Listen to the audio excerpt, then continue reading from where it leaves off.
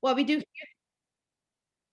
So what we do in these webinars is for informational purposes only. And with that, let's keep going. So our learning objectives of today: implement an effective safety committee as the first step towards improvement of your safety program for 2021. So if you don't have a safety committee, it's a good idea. So I promise to give you 3 steps to improve your safety program for 2021. And the reason why this is an important topic, as is January, still the beginning of the year, is because of this pandemic. We have this virus here to stay. It's the information we receive evolves every day. We have the vaccination issues going on, and we're having to implement new policies and procedures.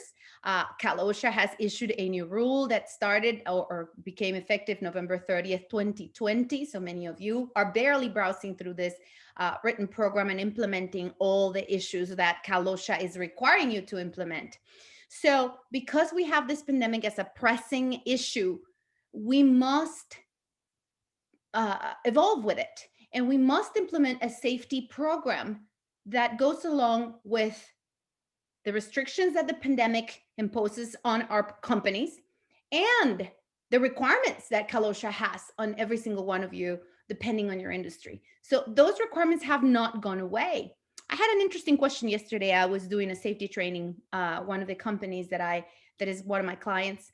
I was doing their safety training, quarterly safety training, and what we're doing, and I'm going to explain it today, which is the format they have chosen, which I'm going with for many of my clients for this year, is to do quarterly safety trainings that are via Zoom with supervisors only. So it's your managers and your supervisors who actually jump on these calls so that we focus on empowering them and making sure that they get a good look at what it is required. What is the training that needs to be accomplished for this quarter? What are the resources we're going to give them? And how is it that this is going to look like? Because we are under restrictions of making sure everybody is physically distanced. We are under restrictions where we don't have the money to actually provide everyone with a tablet or a computer so that they all jump on a Zoom meeting. And we're also on the restrictions that some of these trainings need to be hands-on. We need people to learn by doing. So lots of restrictions. So the way we're doing it with several of my clients is, number one, we have a safety committee, and the safety committee really is the backbone of monitoring that these things happen. The second objective today is drafting a safety training curriculum, and that becomes like the lost unicorn. And one of my clients loves that phrase that I came up with: lost unicorns, like you found a unicorn and then you lost it, right? It never existed and you found it and then you lost it again.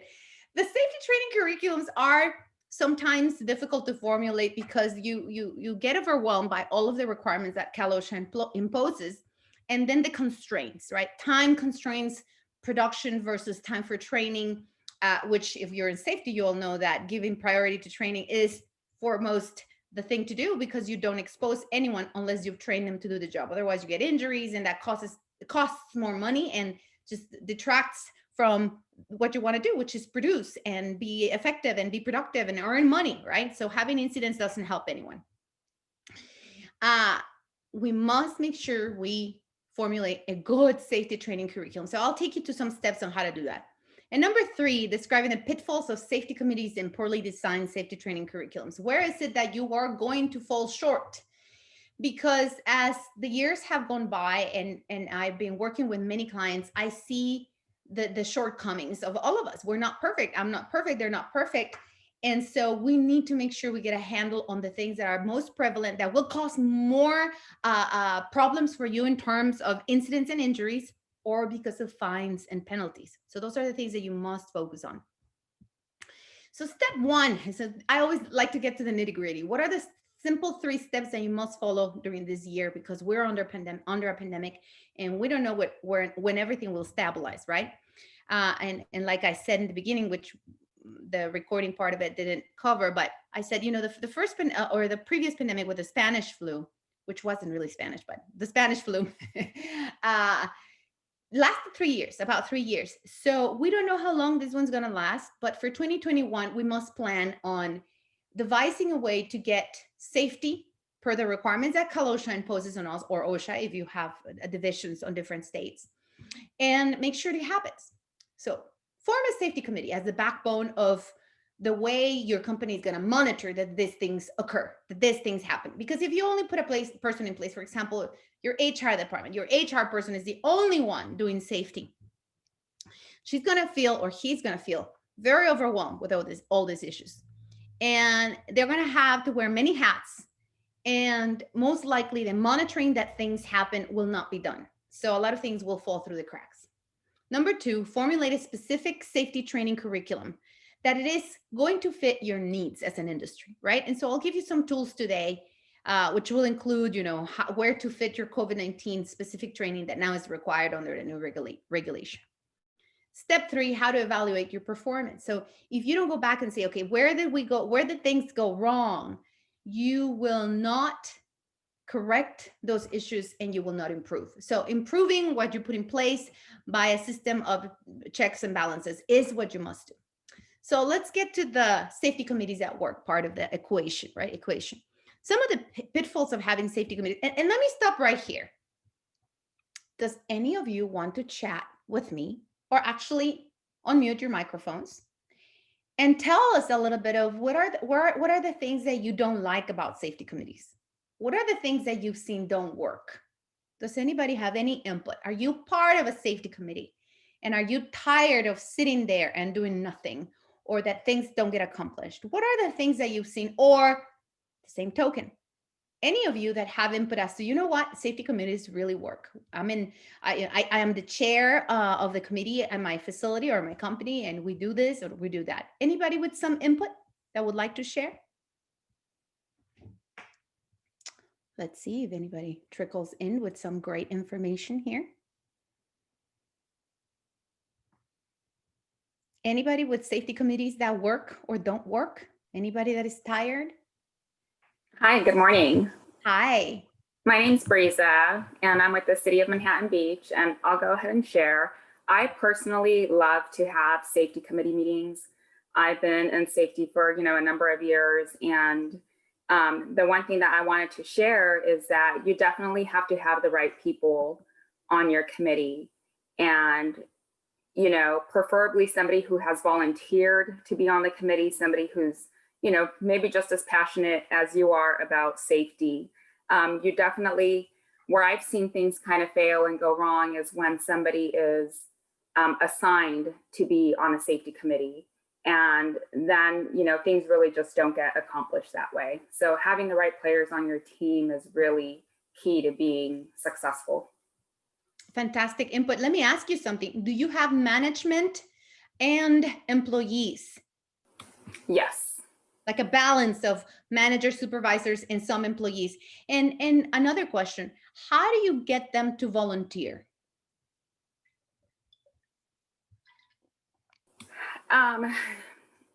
Usually we ask, employees if they're interested in being on the committee. And, typically I've been successful that way. Personally, I like to keep my safety meetings fun. And like at the end of the year, I do a raffle based on attendance. So like I'll put in a raffle ticket for each meeting that they attended, or give a little raffle prize for somebody who attended every meeting. Obviously nothing too extreme, but it's the little things sometimes that count. If I'm having a morning meeting, I'll bring a breakfast snack. Again, nothing major, but I find that just those little things kind of go a long way sometimes. Thank you for sharing with us. You gave us fantastic information. You see, this is what I love when someone is so kind to share. So thank you, Brisa. I appreciate that you bring about the good stuff, and the good, the bad, and the ugly is always great. Because I have heard the same thing throughout. Whenever you assign people, they go there to sit with a face and be bored out of their minds, because there is that lack of giving importance to the matters or the issues. They feel they shouldn't be there. They want to be doing something else.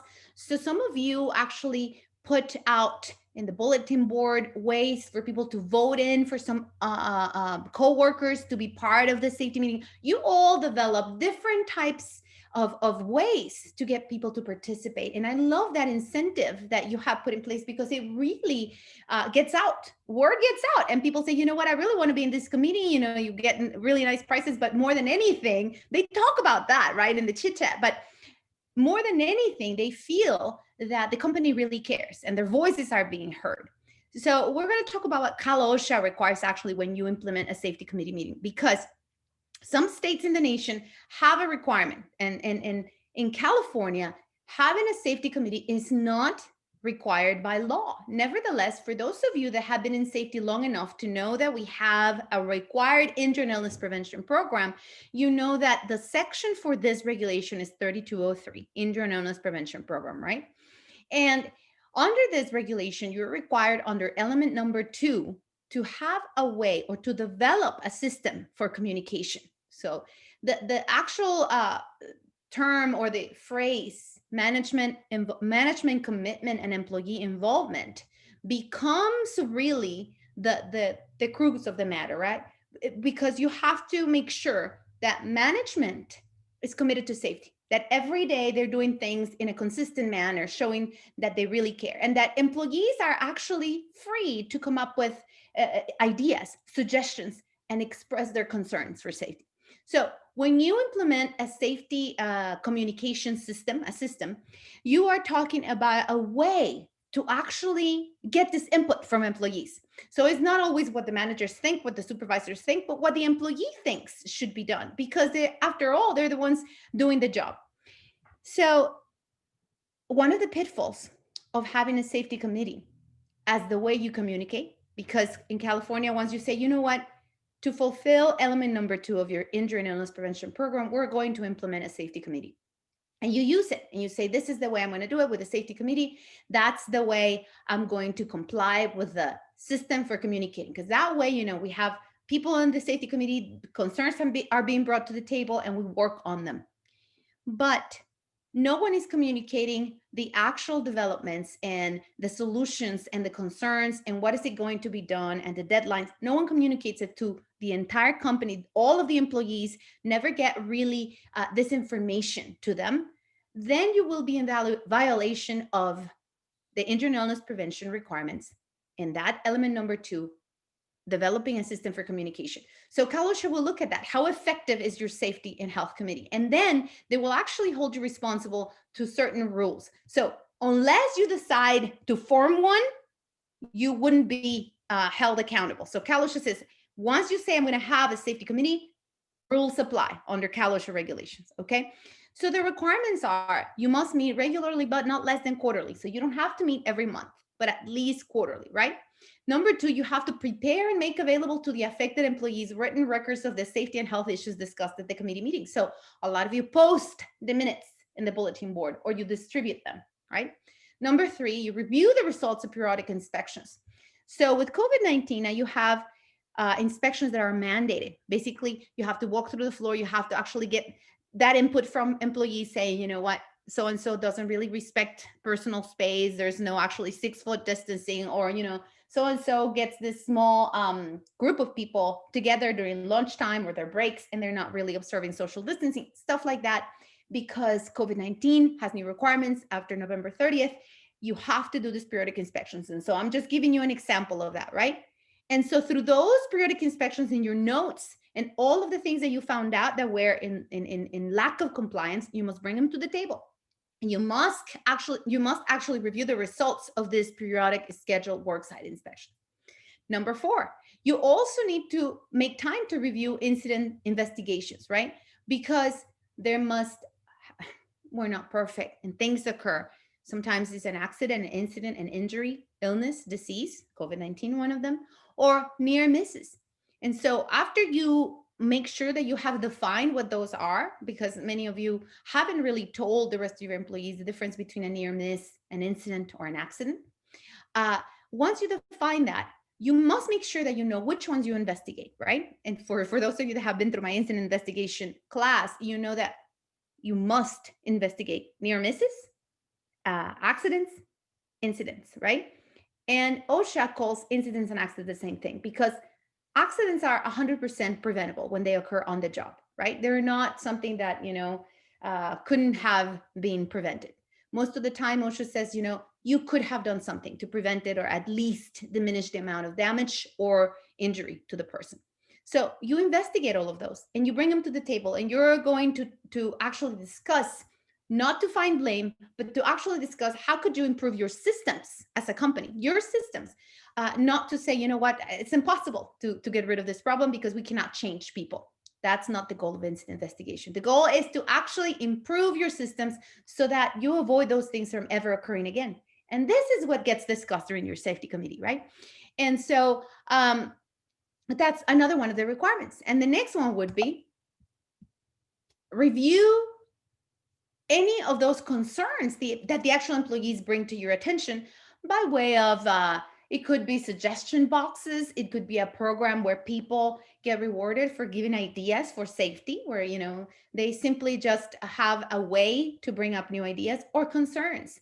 There might be something that's been on their mind, such as a product that they have to work with, a chemical or a piece of equipment or machinery that is cheap and it's breaking often and is producing nicks and cuts to several of their coworkers, and they bring those concerns to you. There has to be a way for them to bring them up to you and discuss them during this safety committee meetings. And so you must submit recommendations to assist in the evaluation of these suggestions. And also, the safety committee are the ones that verify abatement. Abatement meaning, what have you done to actually abate those citations issued by OSHA? That's what that means, number 7. And those are the requirements. Once you've decided to have a safety committee as the backbone for communication between management and employees for safety purposes, you must comply with these requirements. So one of the things that I've seen happening, before I jump into something else, that becomes a big issue with the safety committees is that they go on for too long. Keep them short. Don't go on. Don't go on, because what happens is people get bored of these long meetings, especially if the results and the changes are not happening. So 2 things there: keep them short, very to the point. Address the issue of having an agenda. Have the person that leads, your chairperson, make sure that everybody sticks to the agenda. Loosely stick to the agenda. It's not something like, hey, you can't talk about that right now. Yes, they can talk about some other issues that were not in the agenda, but with the purpose of not keeping the meetings too long, make sure someone monitors that and goes back to saying, okay, let's go back to our agenda. So you must have an agenda. And I have this form here that I wanted to share with you guys because it's just an example of something that you should have. Let me see if you can see it in your, yes.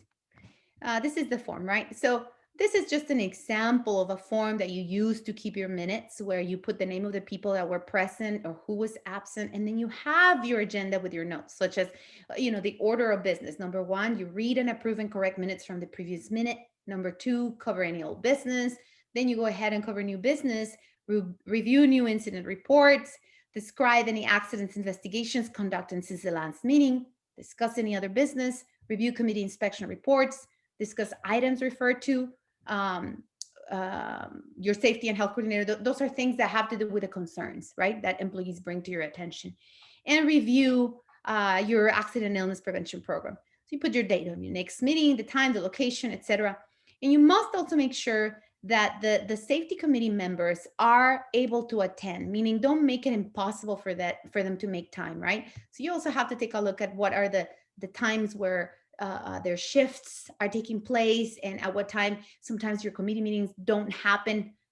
If they happen once a quarter, they don't happen on the same date and time. So it's not always the second Wednesday of the month or the third Thursday of the month for that quarter, but it may change because you have some shifts or some people that have volunteered that come on board as new members of your safety committee, and you must allow for them to attend, right, during work hours. So that's why you have your bylaws and you start putting some things in place when you start forming your committee. The National Safety Council has great guidelines and recommendations for you to develop if you're starting from scratch. So take a look at their information. I can, let me see if I have that document here. Yes, I do actually. I have it open for you guys to see.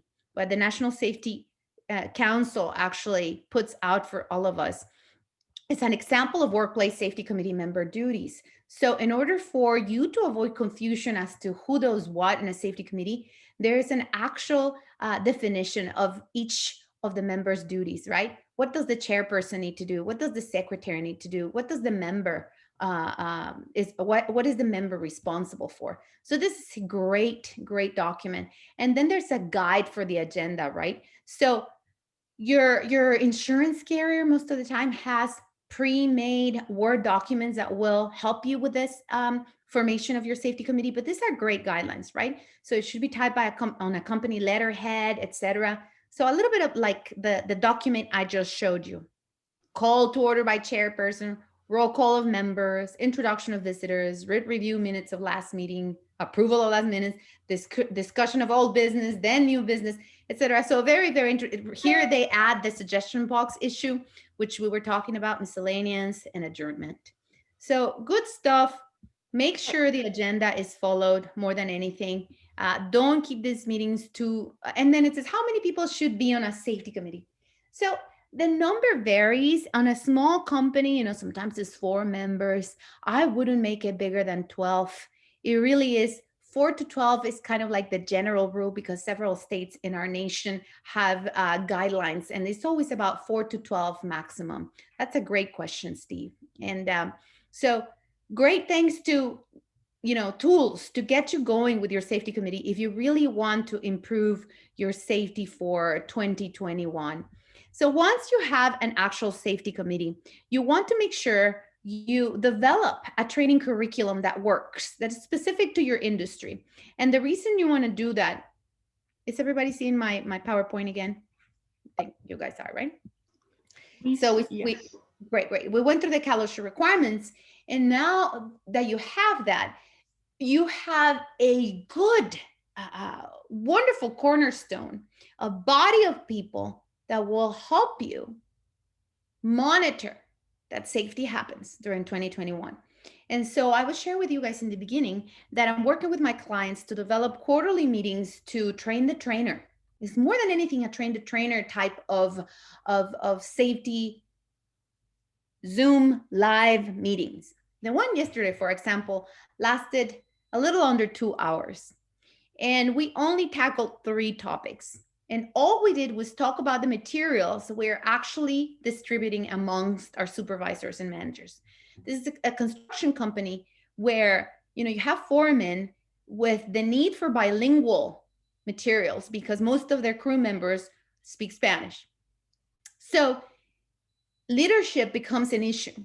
You must empower them. You must repeat and tell them that the reason they're lead people, the reason they're managers or foremen is because the company trusts in them, right?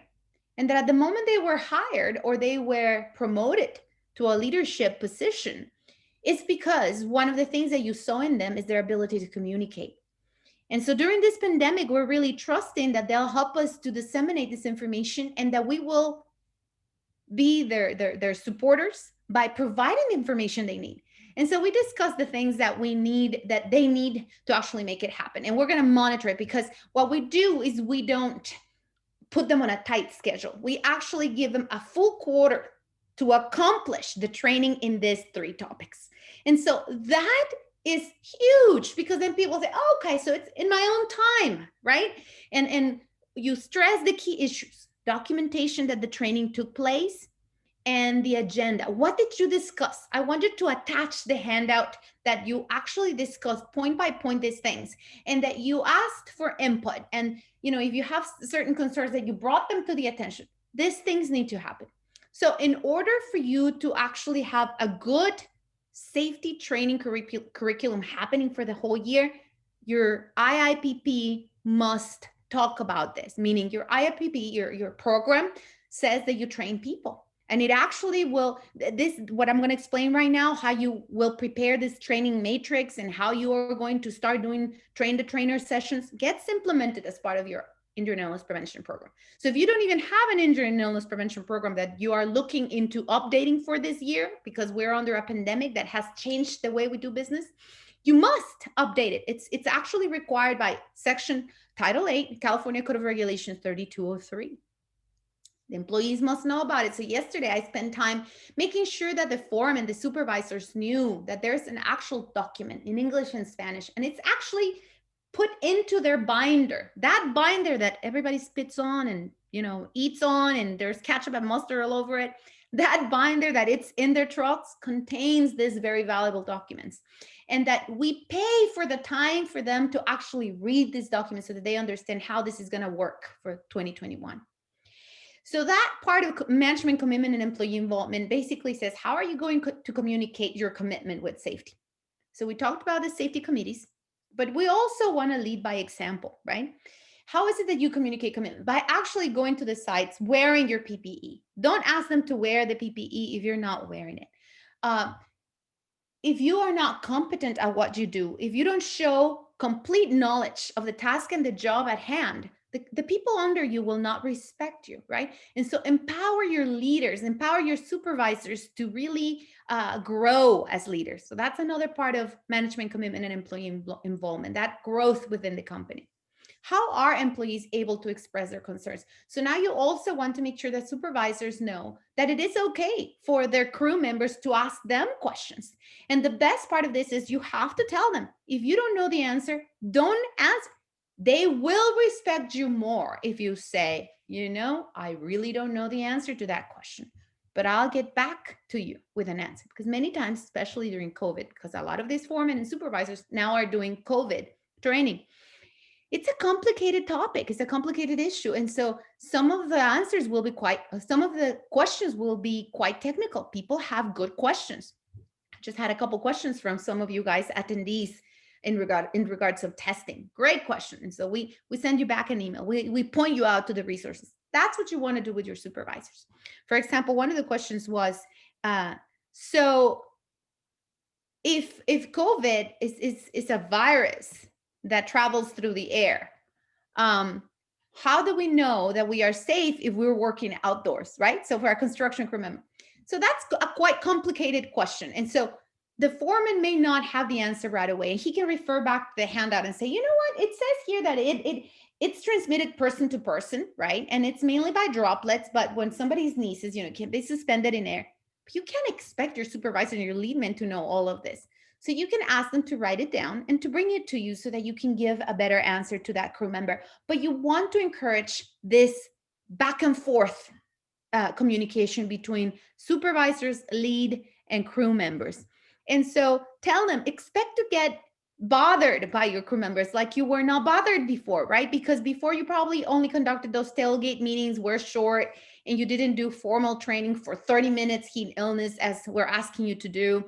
But now you're going to get more questions. And what we want to do is, if you want me, I'll be there with you. Tell them, if you're the person in charge of safety, hop in with their first sessions and kind of walk through some of the sessions that they are conducting at the different establishments, or if they are working out there in the field, help them out, because that will ease this transition into your supervisors, your managers providing the training for 2021. As a matter of fact, this is what you want, and it should be happening this way for most of you. And a lot of you already have a system in this way. And I know for the safety really works as you bring in new people, you have your supervisors mentoring them and teaching them their job. So just make sure you also document that these things are happening. Accountability. So disciplinary action must happen for those employees that don't go to the trainings, for those employees that don't do the job as trained to do the job, or they don't follow the rules. Make sure that they understand that there is a way to hold them accountable, not just employees, but also managers and supervisors. Just so you know, it is impossible for you to appeal any OSHA citation if the violation occurred because a safety or a supervisor incurred in a safety violation. They are your employer representative. They are you, the company. So you must give them information in this regard as well. Make sure that there are deadlines for things that you must accomplish, right? And allocation of resources. Many times employees complain and say, well, we tell you, that this or that is not right, or some safety concerns that we bring to the table, no one really takes care of them. So we feel discouraged. So we don't want to tell you anymore. That's because you don't come back and give them an answer, a deadline. You also have to tell them that they must be realistic, that there is a list of priorities, right?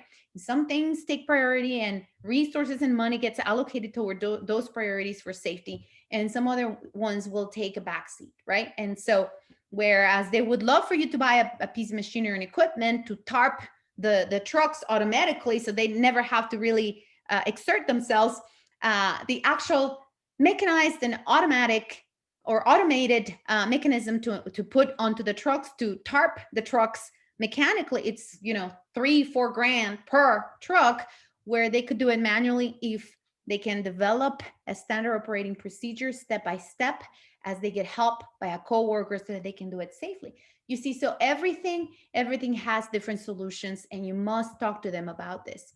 If they don't get any answer from you as to deadlines and when resources will be allocated for safety, they will be very disillusioned, and that culture for safety will not be developed. That's when we truly develop a sense of a safety culture, right? So this is great. I love the chat there. I have a representative from each department on my committee, but it depends on the size and structure of the organization, for sure. One size doesn't fit all. So yes, that's an excellent answer. Thank you so much, Brisa. And the other thing that I wanted to share here is, when you walk through and do internal inspections, you actually get to know the hazards. So how do you develop a training curriculum? By knowing where are the risks, where are the hazards. Then you can go into resources and find out what is the training required by Cal OSHA. And sometimes training is not required by Cal OSHA, but because it's a safety issue, you're required to implement some training in that regard because it's a hazard. And if it's not a requirement, a specific requirement under the regulation, it'll fall under what? 3203. And you're like, what? Remember, 3203 is the standard in California that says, as a company, you must own a crystal ball. And all of you love this analogy. And this crystal ball allows you, safety coordinator, to look into the future, to see if anything could go wrong in the next 3 seconds or the next 3 decades, right? So you have to really take into account any of the hazards, either because of the jobs they're doing or non-routine jobs. Huge issue with non-routine jobs or newly assigned people or new workers without training. So that crystal ball is 3203, regulation 3203, which relates to the injury and illness prevention program, that says know the hazards so you can abate them or implement something. So there's no specific requirement in Cal OSHA and there's a hazard at your company, you're still required to do something about it. So develop some checklists. Don't leave it to memory. Don't leave it to memory because memory fails. And although you have very experienced people, you have highly experienced workers and supervisors, they're bound to forget.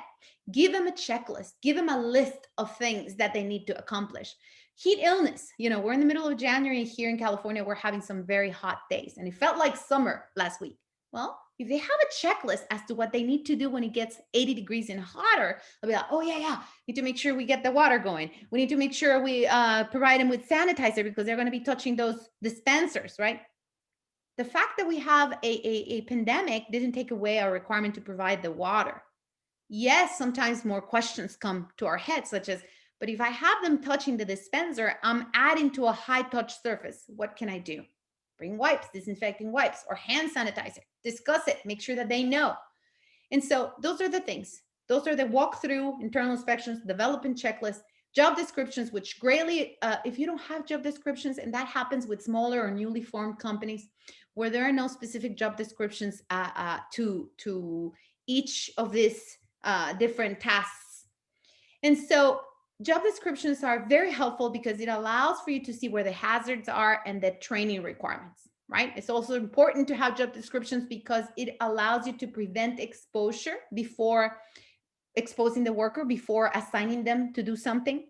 And it allows for you, employer, to apply the hierarchy of controls. For those of you that are new to these talks, the hierarchy of controls is nothing but the common sense approach of safety and saying, the best thing to go about this is eliminating the hazard altogether.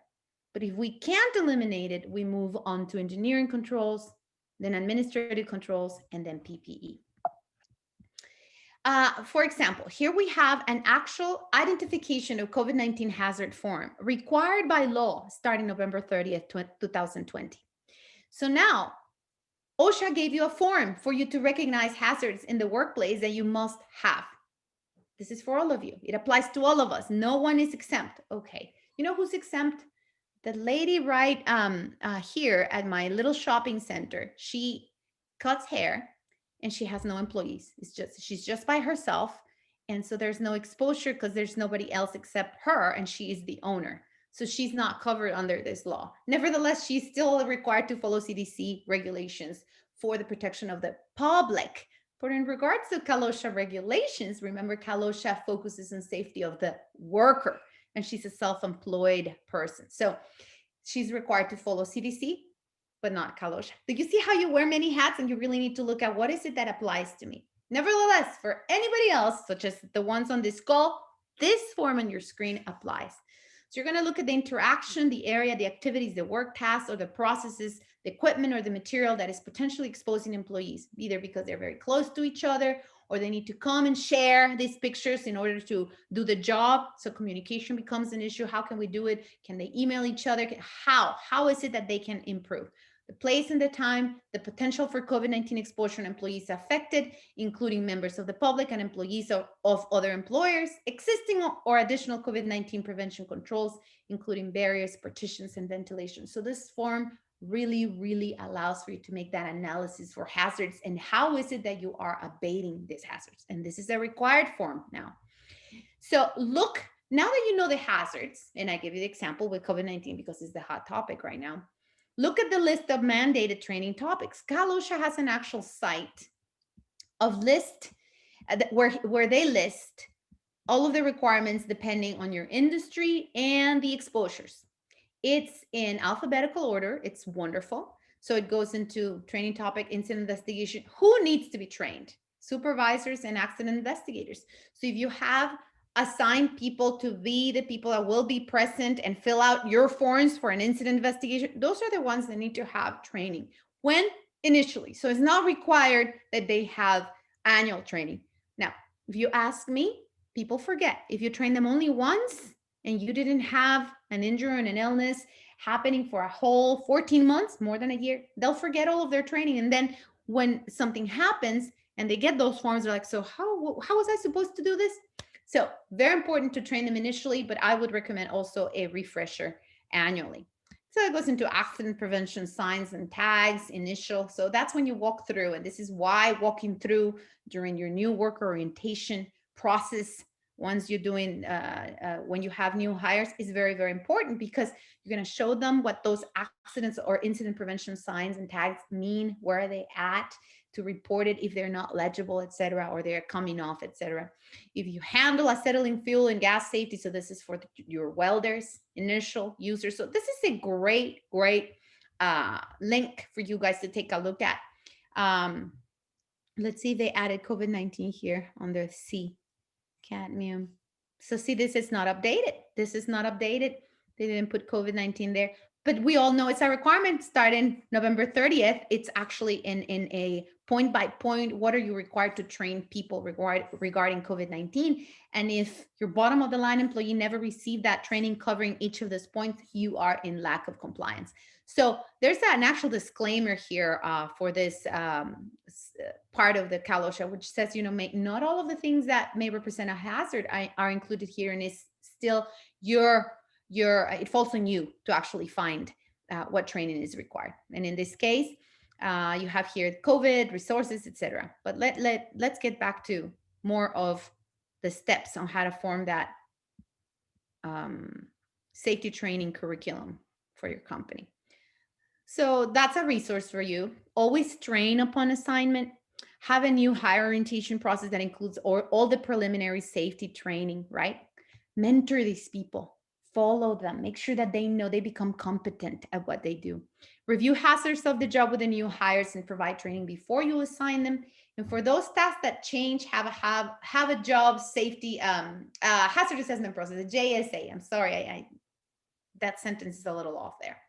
What I meant to say there is job safety analysis, or JHAs, job hazard analysis, really help, especially with those tasks that are non-routine. So before you start the job, you're going to go fix something on the roof. The person will step back and say, what are the hazards, right? So you're going to divide that task into steps. And for each of the steps, it doesn't have to be very, very detailed, but the steps that matter. What are the hazards that this step brings about? So if you're going to go and bring some construction materials to the roof of your structure, just unloading those materials and bringing them to the roof will represent certain hazards, ergonomic hazards, lifting hazards, etc. Once you're up on the roof, at what time of the day are you planning to do this job? Is it hot in the day? Now, heat illness procedures will apply. How hot will it be? Will it reach 80? Will it reach 95 degrees or more? So now other parts of the regulation apply, such as high heat procedures. Now, Cal OSHA also has a sample new worker list of training subjects, and I modified that form to include the date of completion of training and the supervisor's initials, and also to update it to include COVID-19 prevention and some other things, such as, in this case, I was developing this for a company that installs windows. And so you can add their ergonomics while handling windows, installing windows. So did they, this is a new worker, and you're going to go and checklist, the system of checklists, and check those trainings that need to be completed on the first day. So you can organize this list however you want and separate it into different lists, such as training that needs to be completed within 10 days, training that can be completed during the rest of the year, and prior to assigning this person to certain tasks. So now you can also have a training matrix. So two things here, right? The new worker orientation with the list of training that that person needs to receive before they start the job, and then mentoring those people on the job. Supervisors need to mentor those people, teach them how to do the job safely. And then completing training that is required, formal training, right? And some of that training is annually done. Some of it is not required annually, but it is best practices to do it annually. So you have to define your department's needs, the frequency at which you want to train these people, decide if it's going to be trained quarterly, etc., and ensure that the training happens. You can use software. There's many software out there that will allow you to assign trainings and check whether or not they're doing the training, and will follow through with reminders. A lot of us just use an Excel spreadsheet, right? And with colors, you will highlight those people that haven't completed the training. When you have a matrix, this matrix was developed actually by a great friend of mine, insurance broker. And with one of their clients and me, we got involved into developing this matrix so that people can do quarterly assignation of specific topics that Cal OSHA imposes requirements on. So you divide the company, and this is a small company sample, right? So they have administration and office workers, they have sales, retail, warehouse, delivery drivers, supervisors, and managers.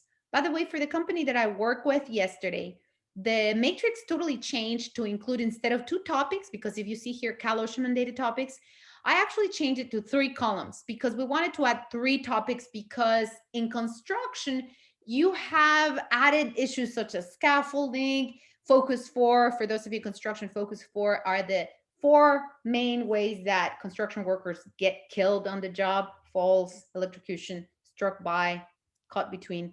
So you need to provide training. And so the columns were, I had more columns in each of the quarters. Nevertheless, for the first quarter for this small company, we have these topics. And then for the company I worked with yesterday, we had 3 different topics, right? And so you put the frequency, any of the notes, for example, here, the IIPP review, you're going to review it every year because you're updating it every year, and that is mandated. You also have fire prevention, fire extinguisher, emergency evacuation plan. You're going to do a review. You're going to make sure that everybody knows their part in this emergency action plan, because that's a requirement as well, that people know what are their job in case an emergency occurs. And hazard specific jobs, for example, if you have field workers, supervisors need to know that the emergency action plan for each site will vary. So you need to make emphasis on that. This is a good way of doing it. It divides it by quarter. It gives the opportunity for people to complete these Cal OSHA mandated topics during that quarter, and it doesn't hold them to a specific date. It gives them a chance to do it on their own time with their crews. So I would put your matrix right there on the bulletin board so that they know, employees, as they're eating their sandwich, they know, oh, okay, so this month I should be getting training on fire extinguishing, right? Or how to use a fire extinguisher. Or this month they're going to review something called IIPP. So they look at these things and they know that there's an ongoing effort for training. So if you see, these are topics that are very common to most industries, and then you can add columns for anything else that is very specific to your type of industry. I was mentioning scaffolding and focus for construction that can be added to this matrix. So distribute this information and make sure you talk about the responsibilities. Make sure that they know, okay, so you're the assigned trainer. Also, if a supervisor or manager doesn't feel very comfortable with distributing this information, but he knows as part of the team that he leads, there's someone there that everybody looks at that person because they look like the upcoming leader, right? Have your supervisors, your foreman, choose that person to actually give them more responsibilities for training. So work together as a team. He can actually distribute the information, talk about it, or rotate it, right? Sometimes companies choose to have the topic being discussed by the different crew members and someone leads the discussion. That's also another way of doing it. It just has to happen, and it has to happen according to what the regulation requires, right? So that's what this is all about. And building trust and confidence in leadership is something that I talked to the foreman yesterday, because it's important to demonstrate competence, because as a leader, if you don't know the task you're doing, workers will look at you like, he doesn't even know what he's talking about. I know more than he knows. And so during the trainings, they will not really listen to this person. If the leader doesn't show passion, meaning they really love what they do, they believe in what they do, also they won't be a good leader if they don't have or show that passion. If they don't listen to their crew members, and that's why we encourage that exchange of information, that's also going to affect how people uh, uh, perform during training and whether or not crew members will listen. Being grateful as one of the best things to continue to spread around, right? Saying thank you to your crew members and to the workers and to the supervisors. And during this year that we're really placing that extra burden on them to continue to perform training because of COVID, that we need them to be the carriers of this message for safety. Saying thank you to them, and not, many times a pat in the back and the recognition of saying thank you does a lot. When you call their name and they come to the stage and you give them an award in front of everyone, or if it's a Zoom meeting and you're recognizing their name is all over, plastered all over the screen, that does a lot. Challenging your employees when they're ready, to give them more and to actually tell, hey, this time you will lead the session, and to not micromanage. So providing them with tools. I actually went ahead and translated this whole handout and gave it to the foreman yesterday, so that they read it and see that these are qualities that we see in them. Evaluating the training program to empower employees to provide feedback, to have a suggestion box, to have safety concerns brought up. And basically I went through this. One of the key things, last key things here, is making sure that whenever you have an incident or an accident, you do retraining, because obviously something went wrong, and either we are lacking something in our training program, or we missed a step, or we don't even have a training program for that specific issue. Something happened there. So make sure that after an incident, injury, illness, anything like that, you retrain people. You remind them of this message. And this applies for COVID now. If there's incidents of COVID at the workplace, and now you have COVID spreading in the workplace, and it kind of got out of hand, why did it get out of hand? What was it that happened? And so asking these questions, doing good incident investigation, will provide you with the answers. And you can go back and retrain and say to people, hey guys, the reason we had this many cases is because there is a lack of awareness as to the need that we have as a company for you to voluntarily tell us and give us the information that you're caring for someone at home that has COVID, because you don't want to say anything, you want to stay working. We have repeatedly told you, well, these are the benefits. This is the information about benefits. You're not going to go without pay. You need to retrain after an incident occurs, or after disease happens. If it's COVID that came to the workplace, you must retrain. And so providing checklists of training requirements with bullet points becomes a key thing for supervisors to actually do training. So if you're actually asking your foreman, your supervisors, your managers to do the training for 2021, like I am advising you to do, because it not only frees you from having to do all of this and depending on consultants, etc., it also helps them to grow as people. They will know more about safety, about requirements. They'll grow as people, as employees, but you must give them the tools. So for example, for COVID-19 prevention, there is a list of things that you must discuss during the training, right? So training and instruction, it's required starting November 30th, 2020, that during training for COVID-19 prevention, the following is discussed. Number one, we have a policy. We have procedures to protect you from COVID-19. And so I have a copy here of our entire program. So if you need a copy of the program, we have it in English and Spanish. Come and get it, right? That type of thing. Number two, benefits. So when you give them information about the benefits, sick leave, workers' compensation, when does worker compensation is triggered after they exhaust their sick leave first, etc. Giving them the information for COVID-19 Families First Act, which all of that your human resources department has for them, and making this a discussion so that they encourage to stay home if they feel sick or if they're caring for someone who's sick. The fact that COVID-19 is an infectious disease that can be spread through air. That's where the questions will come. So empower your supervisor managers to know what that means. It spreads through the air, meaning, you're talking, you're sneezing, you're coughing, and it actually goes out into the air and it'll eventually land on surfaces, on the floor, on computers, all around. That's why we use the face coverings, but it mainly spreads through the air, right? And COVID-19 may be transmitted when a person touches a contaminated object and then touches their eyes, nose, or mouth. Although it's not the main way people get COVID-19, is the second way that this is thought is spread.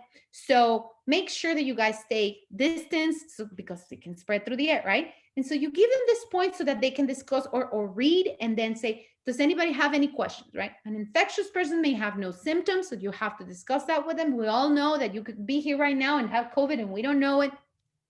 Methods of physical distancing. That's why we're asking you guys at lunch break. By the way, we discussed this 2 weeks ago. One of the key things that Cal OSHA is having a blast getting fines, getting money from employers, is the fact that they're getting complaints that during lunch breaks in many types of industries and many companies, people are not socially distancing, right? And this becomes a worse issue because during lunchtime and break times is when people eat and you're allowed to take your face covering off. And if you're indoors having your lunch or your break and you take off your face covering, now we know that COVID-19 will travel farther than 6 feet. And this needs to be communicated during these trainings, right? The fact that particles containing the virus can travel more than 6 feet, this wording is in the standard. This is straight from the requirements for training starting November 30th, 2020. Especially indoors. So physical distancing must be combined with other controls, including face coverings, hand hygiene to be effective. And you talk to them, so that's why we have those plexiglass barriers, and they need to be clean, and your customers need to stay behind the plexiglass. Direct them to stay behind the plexiglass. No more shaking of the hands. No. All of that needs to be discussed. The importance of frequent hand washing. And you tell them this and you are training them. And then all of a sudden a crew member says, yeah, but there's no soap most of the time. There's no paper towels. This is where that interaction will happen. And so this is all very good because they'll hold your supervisors accountable. We were talking about accountability, right? They'll go, oh, right, I put an order for soap and we haven't had it. So now what we're going to do is A, B, C, or D, right? Because many people believe, for example, that soap bars are not as effective as, the foams that say 99% antibacterial. No, any soap will help to get those germs down the drain. Proper use of face coverings, the fact that face coverings are not respiratory protective equipment.